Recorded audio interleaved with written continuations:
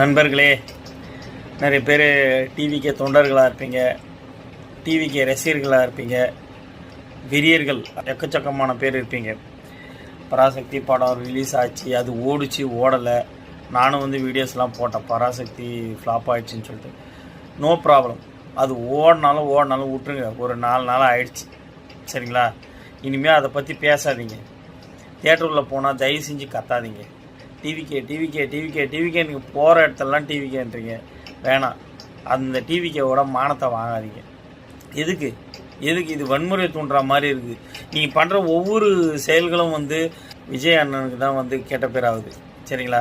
நான் உங்களோட அண்ணனாக நினச்சிங்க, இல்லை தம்பியாக நினச்சிங்க, வேறு ஏதோ ஒரு ஏரியா பையன் கூட நினச்சிங்க. யாரும் வன்முறையை தூண்டுற மாதிரி எந்த விஷயத்தையும் செய்யாதீங்க. அவ்வளோ கெட்ட பேர் வருது.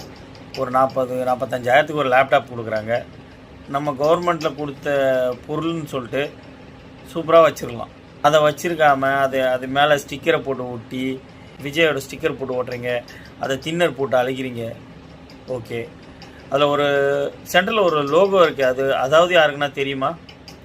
அதில் ஒரு கோயில் கோபுரம் இருக்குது, கீழே ஒரு வார்த்தை இருக்குது. அந்த வார்த்தையாவது யாருன்னா படித்து பார்த்துருக்கிறீங்களா? வாய்மே வெல்லும்னு ஒரு வார்த்தை. அதுக்காவது மீனிங் தெரியுமா? என்ன செய்கிறோன்ற ஒரு புரிதலோடு செய்யுங்க. ஒரு படத்துக்கு போகிறீங்கன்னா ரொம்ப மோசமாக நடந்துக்கிறீங்க. படத்துக்கு போகிற இடத்துக்காக போய் டிவிக்கு கூடிய தூக்கின்னு போவீங்க.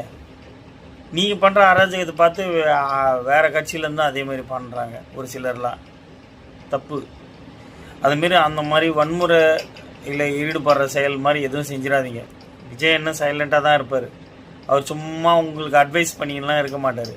நாம் தான் பார்த்து புரிஞ்சு நடந்துக்கணும். விஜய் அண்ணனோட படம் வரணும், அவரு தான் ஜெயிப்பார், அவரு தான் அடுத்த முதல்வர் அப்படின்லாம் சொல்கிறீங்கல்ல, இதில் காட்டுங்க, மை வைக்கிறதுல காட்டுங்க.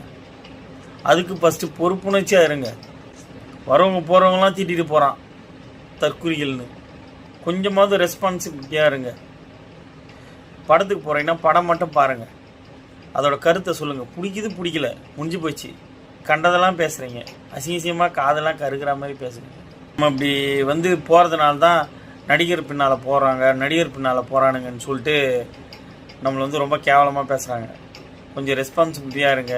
உங்கள் ஃபேமிலியே கரெக்டாக நீங்கள் பார்த்துங்க. நம்மளோட எனர்ஜியை தேவையில்லாத எல்லாத்துலேயும் வேஸ்ட் பண்ணிடாதீங்க. தேவைப்படுற இடத்துல மட்டும் நம்ம எனர்ஜியை உபயோகப்படுத்துங்க. நன்றி.